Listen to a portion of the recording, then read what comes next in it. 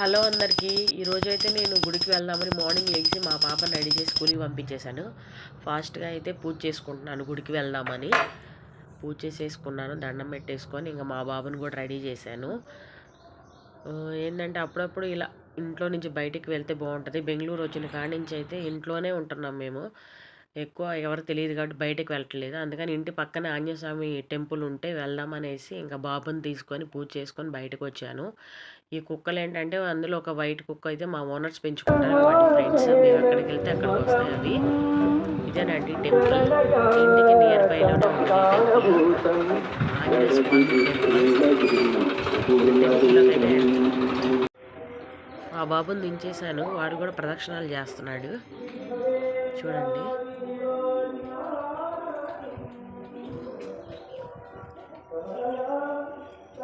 ఇలా 3 ప్రదక్షిణాలు చేసిన తర్వాత ఇంకా దండం పెట్టుకుంటున్నాము.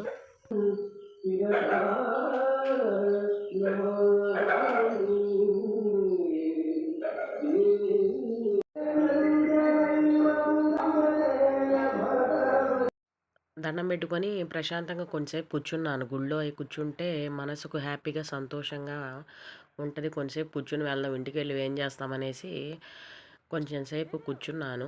అలా గుళ్ళో మనం ఎక్కడికి వెళ్ళినా సరే కొంచెం సేపు కూర్చోవాలి, అలా మనశ్శాంతిగా కూర్చొని దేవుణ్ణి స్మరించుకుంటూ ఉంటే హ్యాపీనెస్ వేరుగా ఉంటుంది.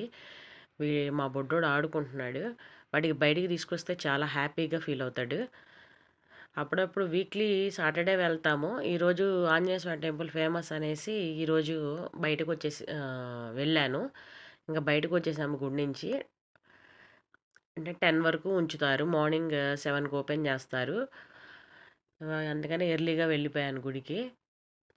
ఇలా అప్పుడప్పుడు మనం ఏంటంటే పిల్లల్ని తీసుకొని బయటకు వస్తే బాగుంటుంది అనేసి వచ్చాను. ఇంకా పక్కనే కదా ఇంటికి, ఫాస్ట్గా వచ్చేసేసాను. ఇదేనండి మా హౌస్. Thanks for